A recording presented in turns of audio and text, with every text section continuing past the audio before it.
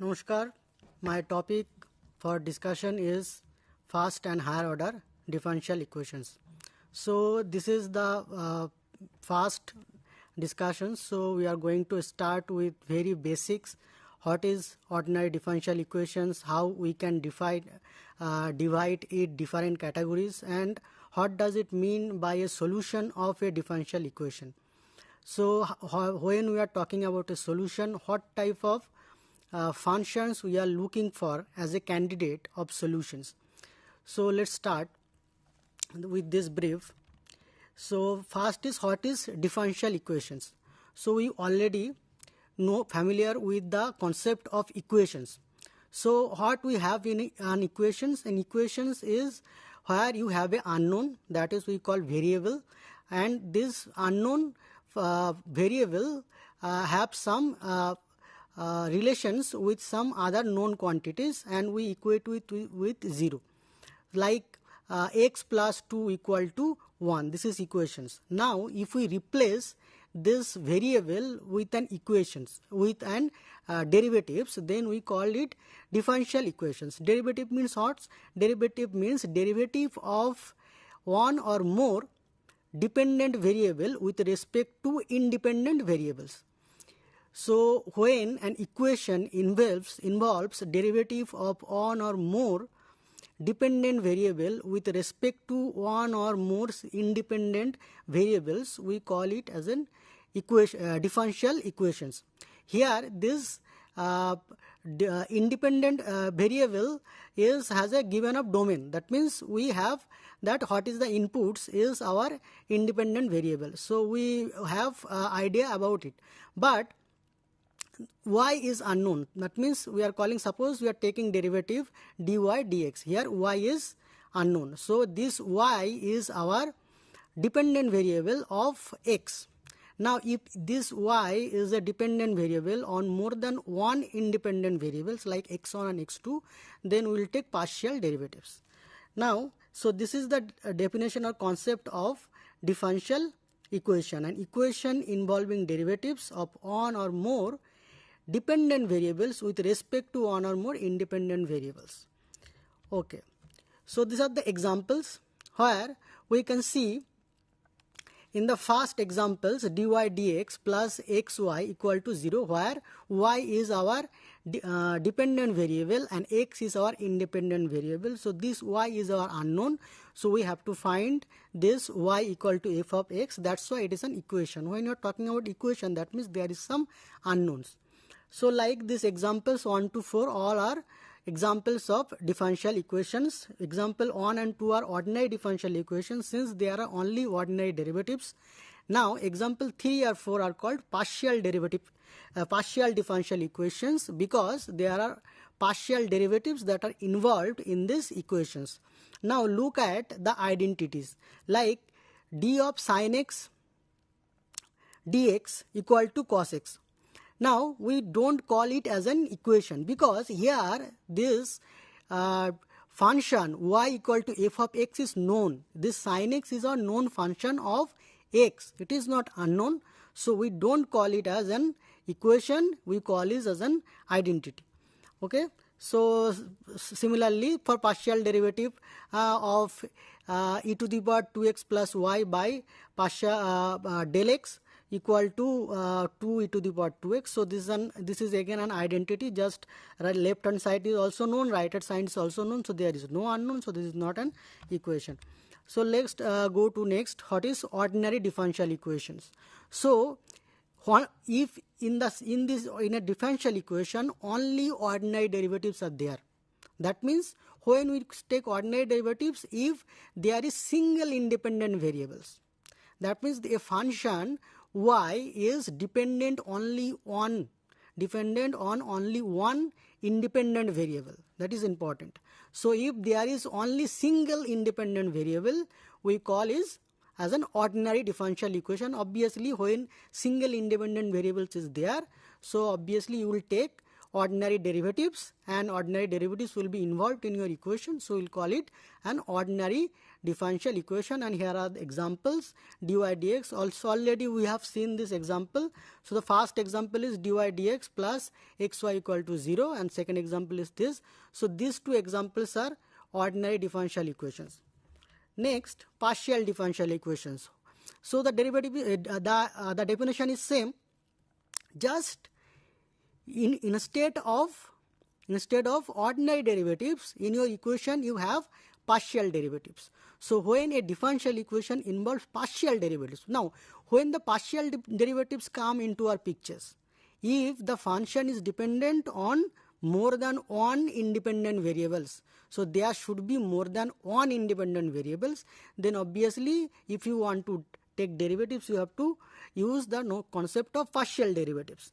So since the partial derivatives are involved in our equation, so we call it as partial differential equations, and in example 3 or 4 already you have seen. So here we can see only partial derivatives are there, no ordinary derivatives. Now the question may comes, okay, if ordinary derivative and partial derivative both present in the equation, oh, that type of concept cannot happen, because then there will be more than one independent variables, more than one dependent variables. So suppose here your independent variables is x and y and dependent variables is u. So you have to take partial derivatives. So when you are taking partial derivatives, you cannot take ordinary derivatives with respect to x or y. So both cannot come in a single equations. Obviously, if you take two different independent variables, two different dependent variables like u1 and u2, where u1 is dependent on two independent or more independent variables, but u2 is dependent on only one variables, in that case both can happen. So this type of complicated cases we are avoiding initially. So for now you have only ordinary differential equations and partial differential equations. Next, we are dividing ordinary differential equations in two categories, depending on some characteristics or nature of the equations. Now, what is the characteristics or nature? If you can write the equation in this given form, where a0 x is not identically 0. So, if we are able to write an ordinary differential equation in this form, we call it as a linear differential equation. Now, when you are able to, so there are some important observation from this simple definitions we can identify. What is the observation? You will see why it is called linear. You will see that there is the dependent variable and its derivatives have only first degree only. If the dependent variables or its derivative has more than one degree, then it will not be a linear. Okay, so you can see there is some the dependent variable and its derivatives should have only degree 1. It may be 0, but at most 1. Okay, and no product of y and its derivatives are present. No transcendental functions. Obviously the transcendental functions are already, so no transcendental functions of y or its derivatives occur. So you can see, so that's why it is called linear differential equation. When you are talking about, when you are saying linear, we are not considering its coefficient, linear or non-linear. Here a0x, a1x, a_n_x, they may be linear, non-linear. We are not bother about that. These are our known functions. A0 only condition is a0 is not identically 0.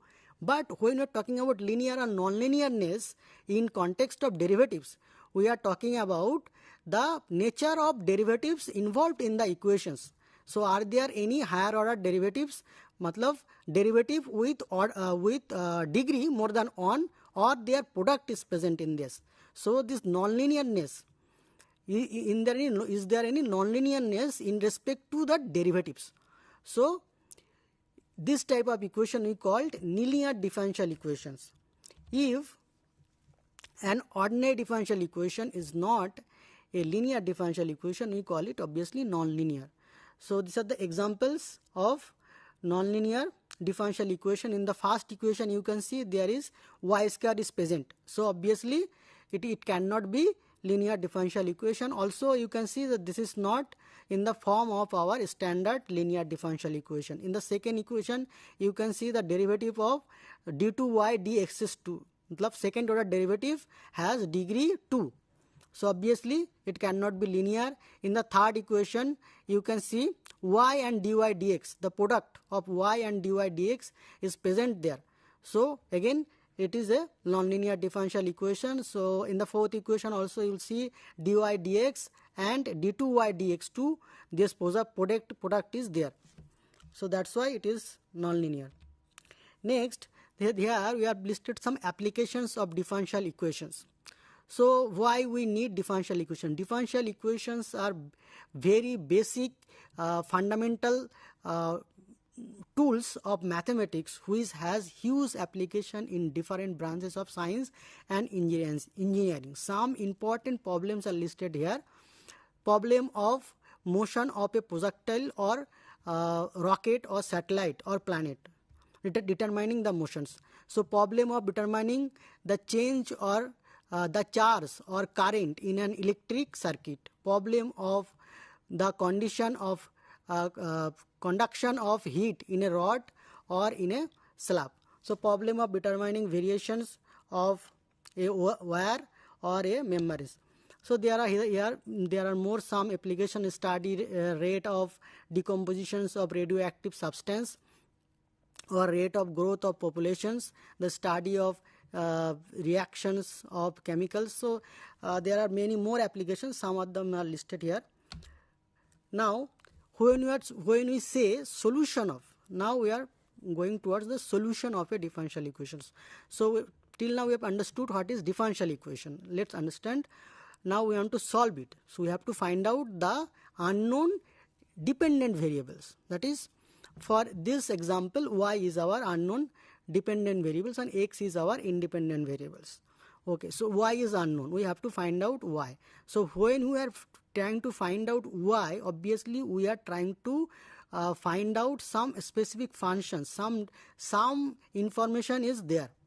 What type of function we are looking for? So nature of the solution. What is the nature of the solution we are looking for a ordinary differential equation? Obviously, first of all is the solution have to satisfy the equation. Now, if it have to satisfy the equation, then it have to be differentiables. It have to be differentiables. That means the first and all the higher order derivatives should exist. So before differential you have to continuous. So you see, when just looking at the equation, you can predict some characteristics of the solution. Not all. There is some specific techniques to solve it that we are going to learn later. But something you can predict about the equation. Just looking at the equation, something you can predict about the solution. There are some properties which we can list. Next, the solutions of an ordinary differential equations have been divided into two parts, that is explicit solution and implicit solution, just based on its representation, how we are able to represent the solution. That means how we are able to write the solution. If you are able to write the solution in the form of x, suppose here so since we are talking about ordinary differential equation, so there is only one independent variables and y is your dependent variables. You can take more than one dependent variables, there is no restriction there, but for simplicity we are talking about only one dependent variables. So if you are able to write y equal to f of x, that means if you are able to write the dependent variable in terms of independent variable completely, then we'll say this solution is explicit solutions. So let fx be a real function defined for all x in a real interval I and having nth derivative. Obviously these properties of the function fx have to have to be a solution, because if you have to satisfy the equation, you have to have these properties of the functions, obviously. So now since see the example, y equal to 2 sin x plus 3 cos x is an explicit solution of the ordinary differential equation d2y dx2 plus y equal to 0. Now you can simply just put the take the double derivative. You can just take the derivative twice and put the equations. You can verify that it's the solution. Okay, so now look at the solution. If you look at the solution, you'll see y is completely written in the form of x. That means you can separate x and y. You can write y in terms of x. So this type of, when you are able to write y in terms of x, this type of situation we call it explicit form and explicit solution. So what is called implicit solution. Now in some cases you are not able to write y in terms of x. It is not nice to present also, or if you write it, the equation or the problem will get more complicated. It is nicer if you write it in this implicit form for some solutions. What is this form? If a relation, that means we are not, so y g of x comma y equal to 0. So this is our solution. So we are writing the solution in this form. We are not writing y equal to f of x. We are writing g of x comma y equal to 0, where x is our independent variable and y is our dependent variable. If you solve this equation, you can find out y in terms of x. But it is not completely given. That means it is not nicer to present. Now what is this nicer? Let's see. So a relation g of xy equal to 0 is called implicit solution. Obviously for y there may have more than one solution if you solve this equation. So if this relation defines at least one real function, that means from this relation if you are able to find at least one y equal to f of x, that means one real function f which satisfy the equation, then it is that means which is an explicit solution. Then we call this relation g of x comma y equal to 0 as implicit solution. That means if a relation implies one explicit solution, gives one explicit solution, then this relation, we are talking about this relation. So this relation y g of x comma y equal to 0 is as an implicit solution. Let's see the examples. Example 1, x square plus y square minus 25 equal to 0 is an implicit solution of the ODE differential equation. Again, you can verify by taking derivatives and putting in the equation on the interval minus 5 less than x less than. This interval is important. Let's see why. So let's take another example. If you take another example, x square plus y square plus 25, again this also satisfies the equation, but this is not a solution. Why? The answer is this expression real non-real values. That means this relation x square plus y square plus 25 equal to 0 will satisfy the equation, but when you solve this relation for y, you will get no real value of y. So since we are talking about only real functions, we are trying to find only real solutions. So we are saying, okay, this relation satisfies the equation, but it doesn't give any explicit solution. So it is not one of our implicit solution. So obviously you can see when you are trying to find out y in terms of x, it comes with under root or under transcendental functions, or sometimes it is exponents. So it is very difficult to express or to work with in future. So when we are solving an equation, you are going to use it further. So sometimes it is use it in the form of implicit solution rather than explicit solution. Obviously, if your explicit solution is a nice form, then it is always better for explicit solution. But sometimes our solution comes in the form of a relation between x and y, and we are not we are not able to find y in terms of x. It is very difficult. Here the relation is very simple, that's why you are able to solve it. But most of the cases the relation will be so complicated that you will not be able to solve it y in terms of x. But if you continue with the relation, then also your objective will be fulfilled. That means you want to use the solution, and you can use it in terms of implicit form also. Okay. So now we are going to discuss about the existing and uniqueness of the initial value problem. So here we are just going to state it, and we are just going to measure a step how we can guarantee the solution will exist, and what is the condition of uniqueness of the solution. So here we are talking about only first order differential equation, that is y, first order first degree differential equation, that is y dash equal to f of xy, where an initial value is given, that is y at x0 equal to y0. This is given. Some conditions are there. Okay, so if f of xy and del y be continuous functions on xy on a closed rectangle R with side parallel to the x-axis, and if x0 y0 is an interior point of R, then there exists a number a is greater than 0 with the property that the initial value problem has one and only one solution, y equal to yx on the interval. This is a very important and interesting theorem given by Pickers. Okay, so there are many fundamental results come out of it. Although if you look, it is just as we are proving the existence and uniqueness only for first order differential equation, first order first degree differential equation, but this is the basic for the proving the uniqueness and existence solution for further higher order differential equations and higher degree differential equations, also higher degree differential equations.